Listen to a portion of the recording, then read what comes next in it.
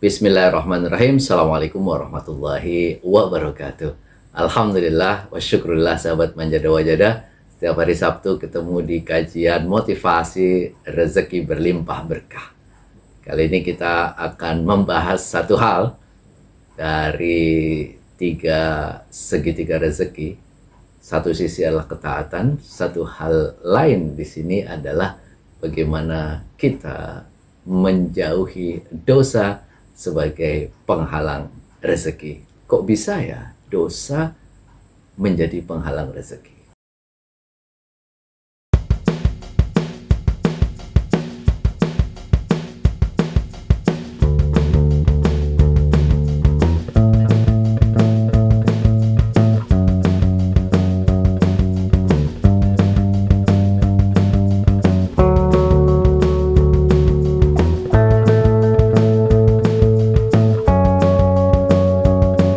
Ahlan wa sahlan. Sahabat Manjada Wajada, Allah itu sudah menjanjikan bahwa Allah akan memberi rezeki pada setiap makhluk di dunia ini. Bahkan bukan hanya manusia, tapi semua makhluk. Makhluk hidup yang ada di dunia ini sudah dijamin rezekinya oleh Allah. Ada manusia, ada binatang, ada tumbuh-tumbuhan. Semua sudah dijamin rezekinya oleh Allah. Kalau kita lihat, sudah ada ekosistem yang luar biasa, di mana binatang-binatang itu bisa terus hidup sampai sekarang. Di daratan, di lautan, di mana-mana itu bisa hidup. Tumbuh-tumbuhan juga sama. Dan apalagi manusia. Manusia sudah dijamin oleh Allah rezekinya masing-masing. Ini ada dalam surat Hud ayat 6.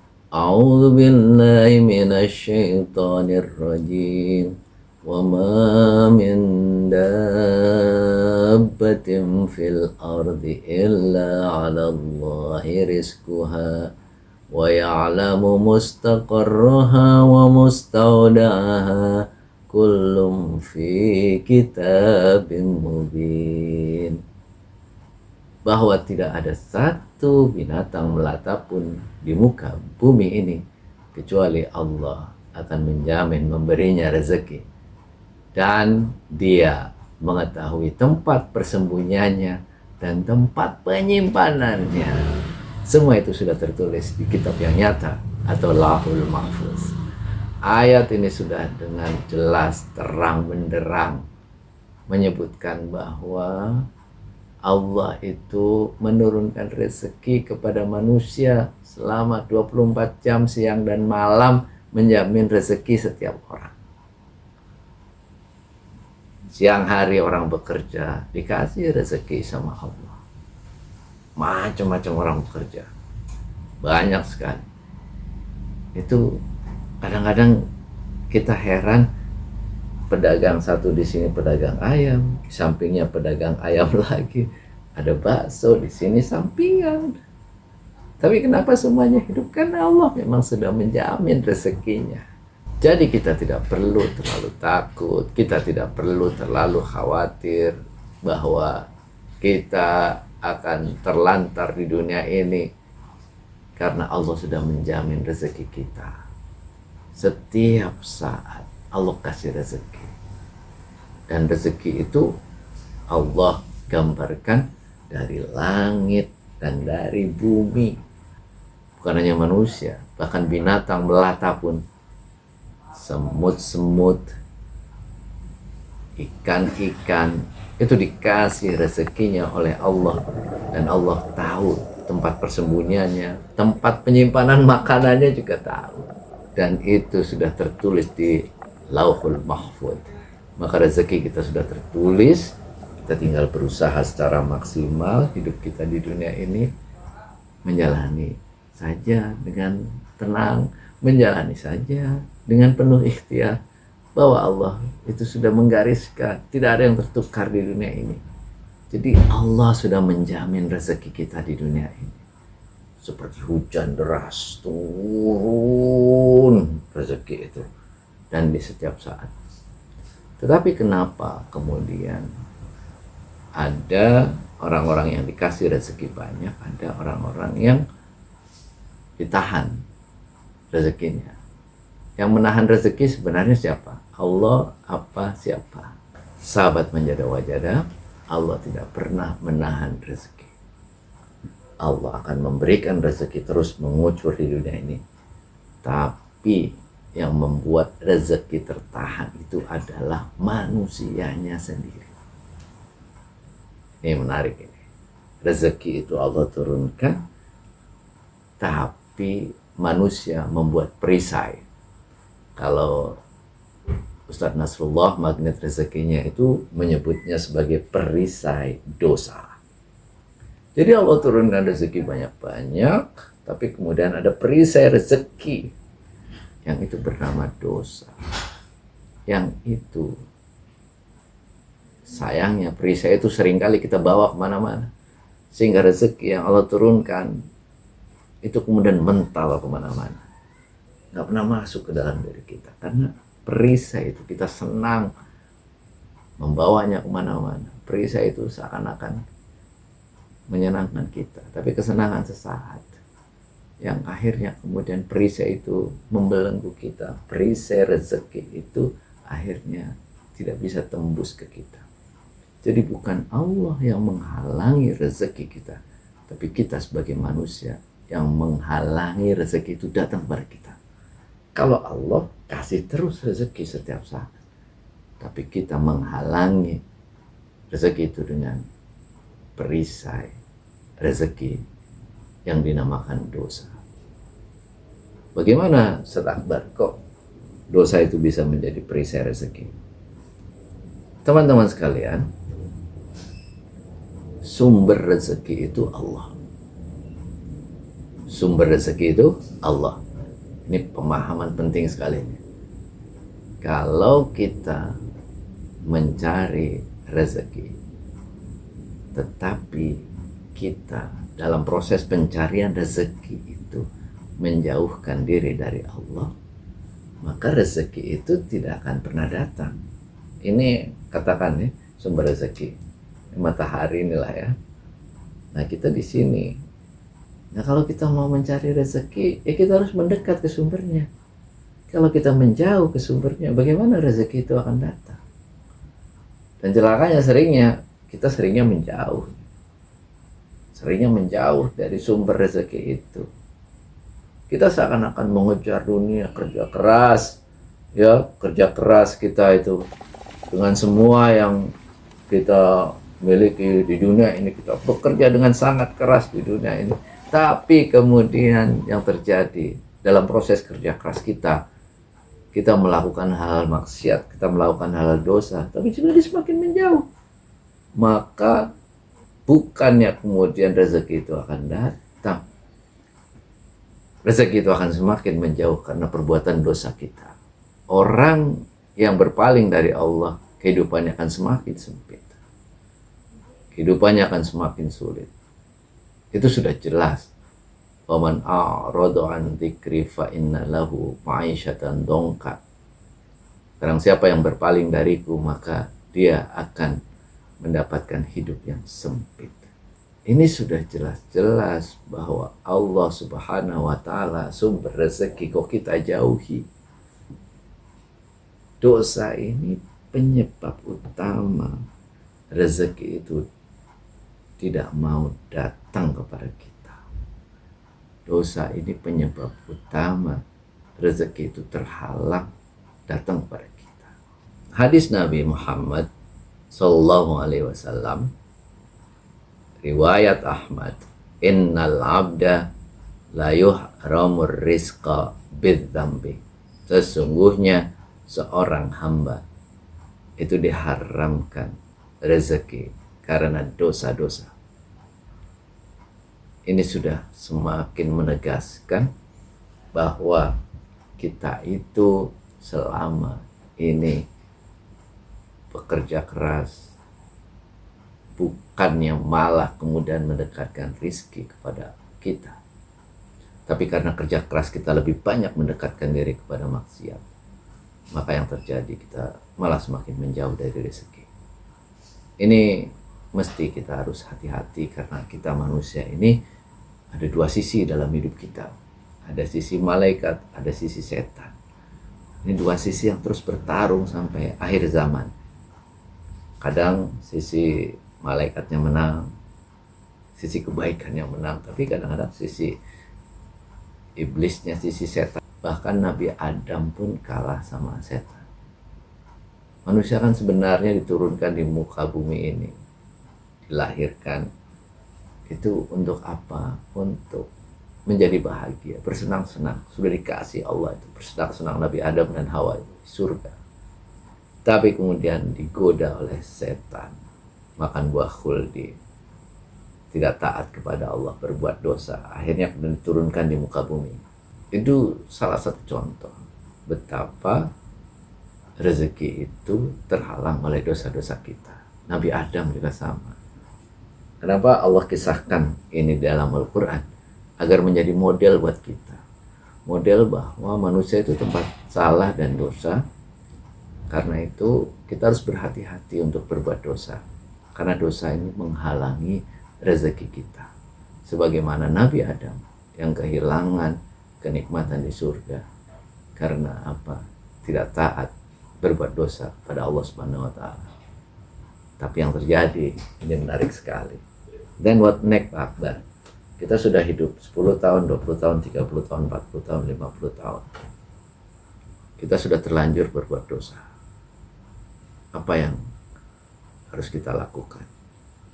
Nabi Adam ketika turun ke bumi, itu juga merasa sungguh berbuat zalim kepada dirinya. Maka yang dilakukan itu adalah memohon ampunan dari Allah Subhanahu wa Ta'ala. Agar apa? Rezeki kembali datang kepada diri kita. Rezeki kembali menyambangi kita. Rezeki yang Allah kasih itu datang lagi kepada kita. Kalau hidup kita sempit, hidup kita sulit, keluarga berantakan, bisa jadi itu karena kita jauh dari Allah.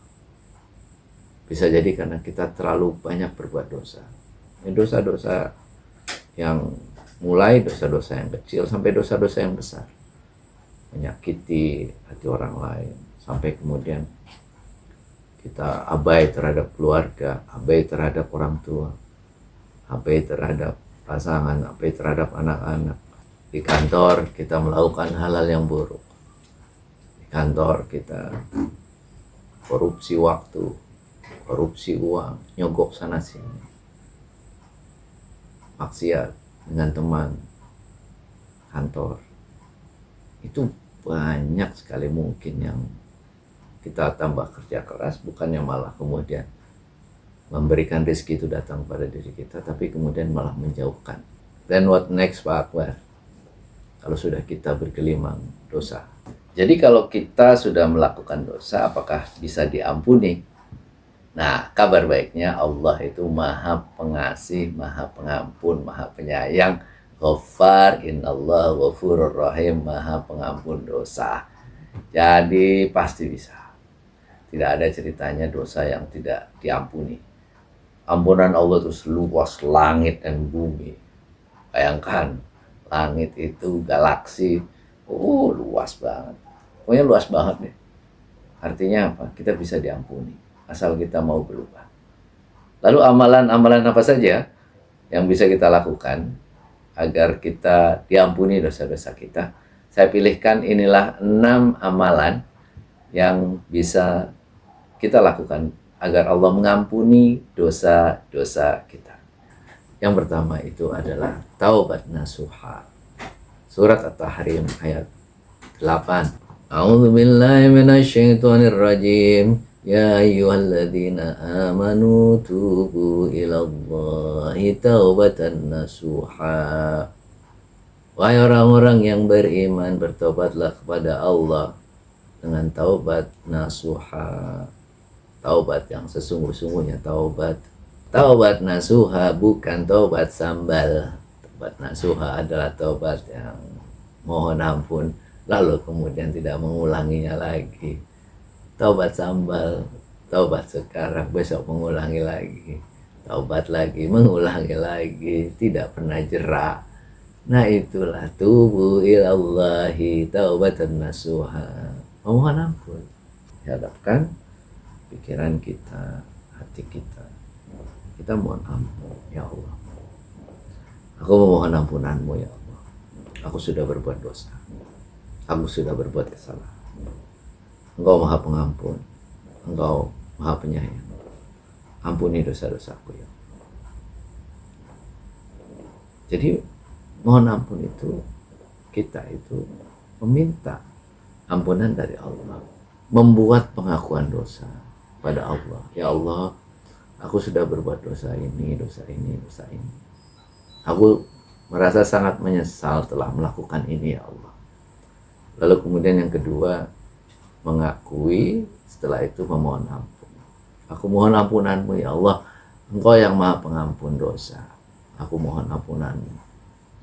Kalau engkau ampuni, engkau memang maha pengampun. Tapi kalau engkau tidak ampuni, kepada siapa lagi aku harus mengadu? Pada siapa lagi aku harus meminta? Dan yang ketiga, janji, aku tidak akan mengulangi lagi ya Allah. Komitmen. Jadi mengakui, memohon ampun, dan komitmen untuk tidak mengulangi lagi. Itulah yang disebut sebagai taubatan nasuha. Lakukan setiap sholat, lakukan di sepertiga malam. Oh bagus sekali itu. Kita muhasabah diri itu setelah sholat tahajud, sholat hajat. Kalau perlu setelah sholat taubat. Sholat taubat itu sholat 2 rakaat untuk meniatkan diri memang kita mau taubat. Habis melakukan dosa besar, dosa kecil, kita taubat, terus minta maaf, minta ampun kepada Allah. Khusus kita, wah, menangis kita di hadapan Allah bahwa kita sudah melakukan dosa. Selanjutnya adalah istighfar. Istighfar itu artinya memohon ampun kepada Allah Subhanahu wa taala. Hadis riwayat Abu Dawud dan Ibnu Majah. Qala Rasulullah sallallahu alaihi wasallam, man lazimal istighfara ja'alallahu lahu min kulli hammin farajan wa min kulli diqin makhrajan wa razaqahu min haitsu la yahtasib.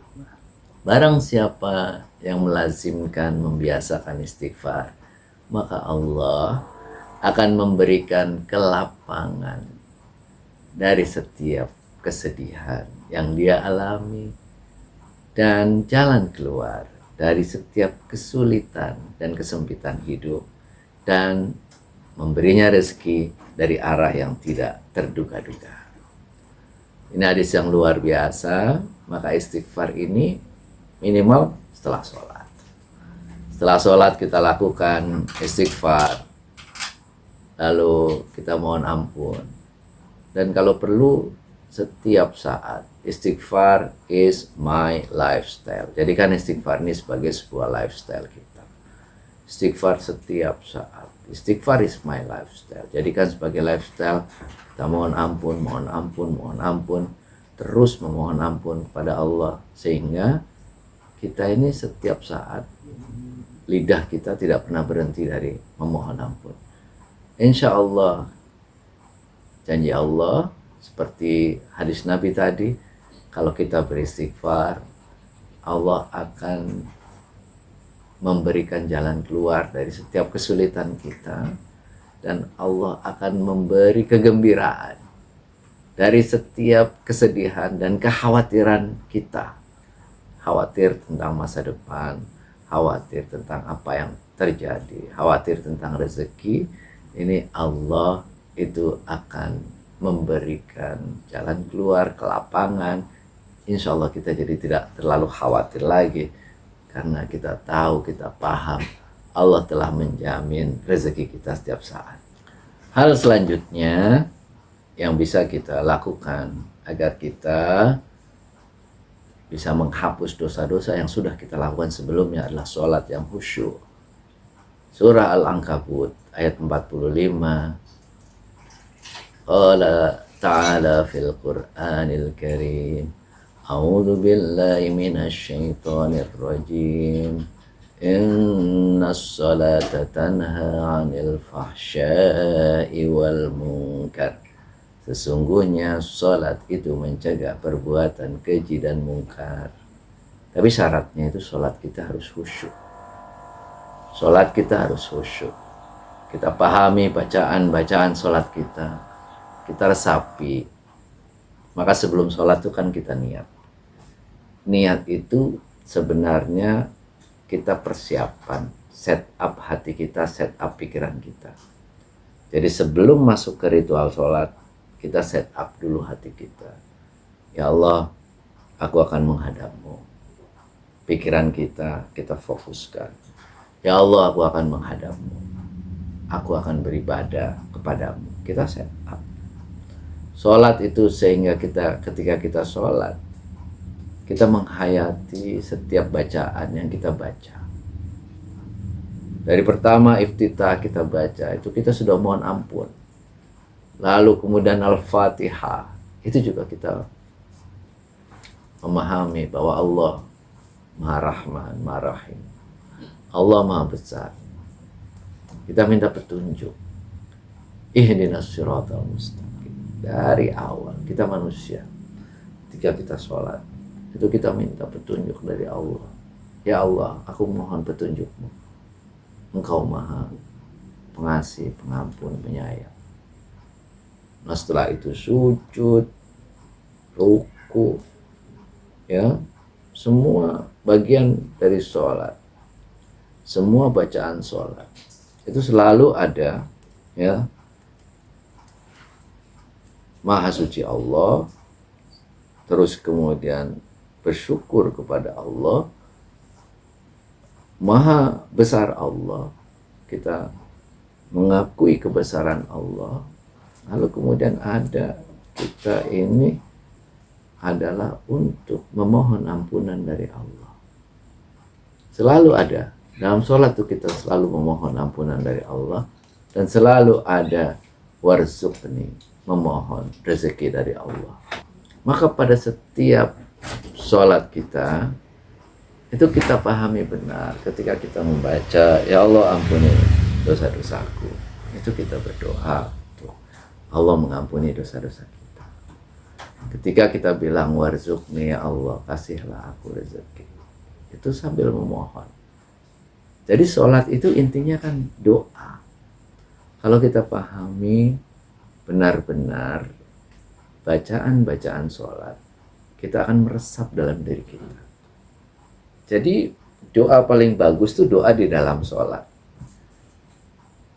Doa lengkap sebenarnya sudah, itu tuntunan sholat itu ada doa-doanya yang kalau kita pahami secara baik, kita sambil benar-benar memohon kepada Allah dengan penuh kehusyuan, maka itu sholat kita akan berpengaruh. Kalau sholat kita baik, maka hidup kita baik. Kalau sholat kita buruk, maka kualitas hidup kita juga tidak akan pernah menjadi baik. Maka ketika nanti di akhirat yang dilihat pertama kali sholat kita. Kenapa begitu? Karena itu akan menentukan kualitas hidup yang lain. Sholatnya aja dilihat apakah bagus atau enggak.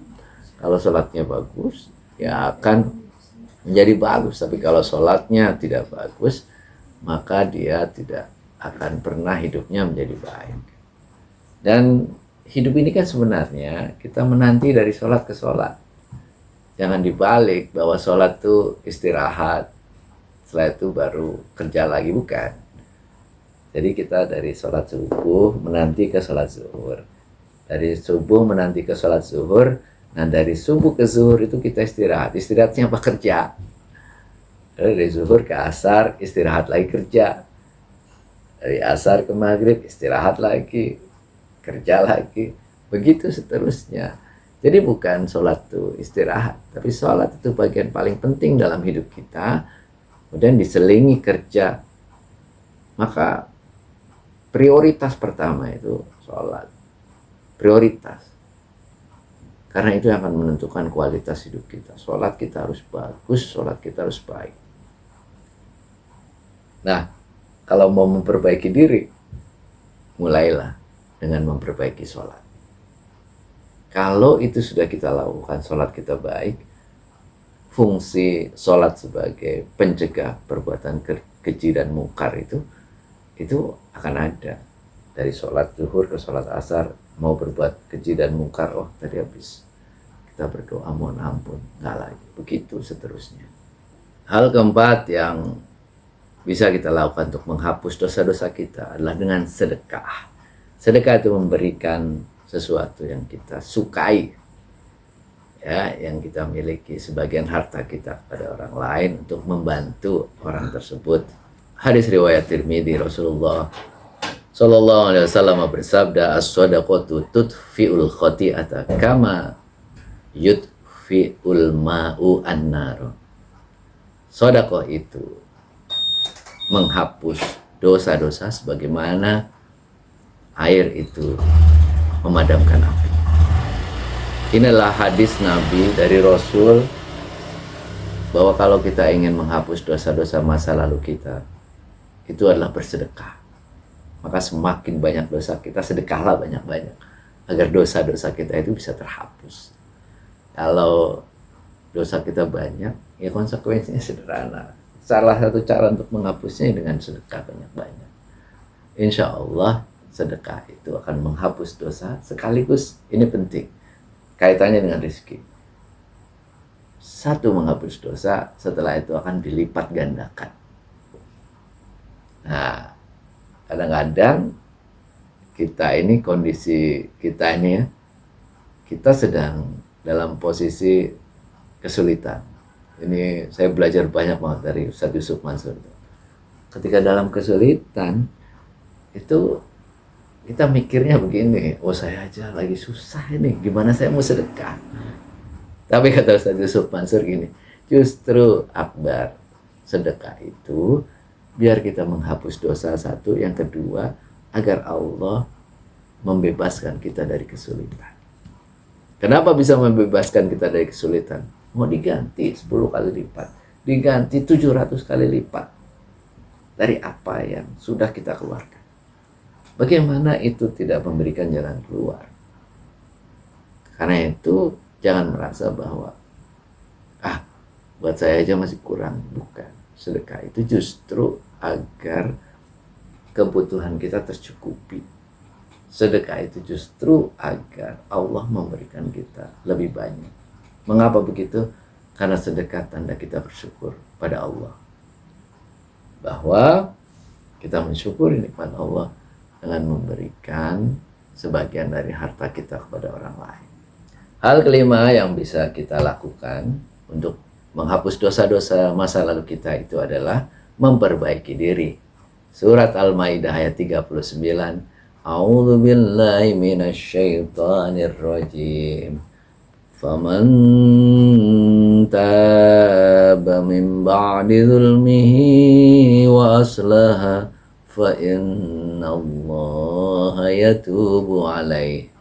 Innallaha ghafurur rahim. Maka barang siapa yang bertaubat setelah berbuat salah atau berbuat jahat atau berbuat zalim lalu memperbaiki diri, maka sesungguhnya Allah menerima taubatnya. Sesungguhnya Allah itu Maha Pengampun lagi Maha Penyayang. Jadi taubatnya sudah, setelah itu memperbaiki diri. Artinya masa lalu yang sudah kemudian kita lakukan, ya sudahlah, stop, it is enough, sudahlah, itu menjadi bagian dari masa lalu. Kita menyesali yang sudah jadi, lalu kemudian kita berbuat baik setelahnya, kita memperbaiki diri. Sudah itu ya sudah, dosa-dosa masa lalu biarkan menjadi dosa. Yang selanjutnya adalah this is the new you. Ini diri kita yang baru, diri kita yang berbeda dibandingkan dengan sebelumnya. Buat garis tegas antara masa lalu dengan masa depan. Mudah-mudahan setelah mendengar video ini kita bisa menjadi sadar bahwa ini saatnya kita berubah. Bahwa ini saatnya masa lalu biarlah, lalu kemudian masa depan kita lakukan menjadi kita lebih baik. Mungkin diri kita dulu hitam, masa depan belum tentu hitam. Diri kita dulu banyak salah, masa depan kita akan perbaiki sehingga kita lebih dekat kepada Allah. Itulah yang akan menjadikan kita menjadi orang-orang yang bisa memperbaiki diri dan menghapus dosa-dosa masa lalu kita. Dan hal keenam yang bisa kita lakukan untuk memperbaiki masa lalu kita, menghapus dosa-dosa kita adalah dengan berbuat baik. Hadis riwayat Tirmidzi, qala Rasulullah sallallahu alaihi wasallam, ittaqillaha haitsuma kunta watmis sayyi'atal hasanata tamhuha wa khaliqin nasa bi khuluqin hasanin. Bertakwalah kamu kepada Allah dan ikutilah perbuatan burukmu dengan perbuatan baik. Insya Allah perbuatan baik itu akan menghapus perbuatan burukmu. Dan berbuat baiklah kepada setiap orang. Jadi berbuat baik kepada setiap orang, berbuat baik kepada orang lain. Karena biasanya dosa itu tidak hanya dengan diri kita sendiri, tapi dosa biasanya juga sangat tergantung kepada orang lain. Menzalimi orang lain, berbuat buruk pada orang lain, itulah bagian dari dosa. Sahabat Manjada Wajada, itulah 6 amalan yang bisa kita lakukan untuk agar Allah bisa mengampuni dosa-dosa kita, agar Allah menghapus dosa-dosa kita. Ada beberapa amalan lain, ada haji, ada shaum, dan sebagainya. 6 dulu kita prioritaskan untuk kita kerjakan, karena ini yang bisa segera kita lakukan. Yang pertama tadi itu adalah taubat nasuha. Yang kedua itu adalah membaca istighfar terus-menerus, memohon ampun kepada Allah. Yang ketiga, sholat dengan khusyuk. Yang keempat, bersedekah. Yang kelima, memperbaiki diri. Dan yang keenam adalah berbuat baik kepada setiap orang. Insya Allah kalau itu kita lakukan, hati kita menjadi lebih bersih. Dan hati yang bersih itulah tanda-tanda dan syarat utama agar Allah memberikan rezeki yang lebih deras kepada kita. Insya Allah, insya Allah, insya Allah, min haitsu la yahtasib, akan datang keajaiban, akan datang rezeki yang tidak terduga-duga. Mudah-mudahan bermanfaat buat kita semuanya. Ketemu lagi di video-video selanjutnya setiap Sabtu tentang kajian motivasi rezeki bersama Akbar Zainuddin. Assalamualaikum warahmatullahi wabarakatuh.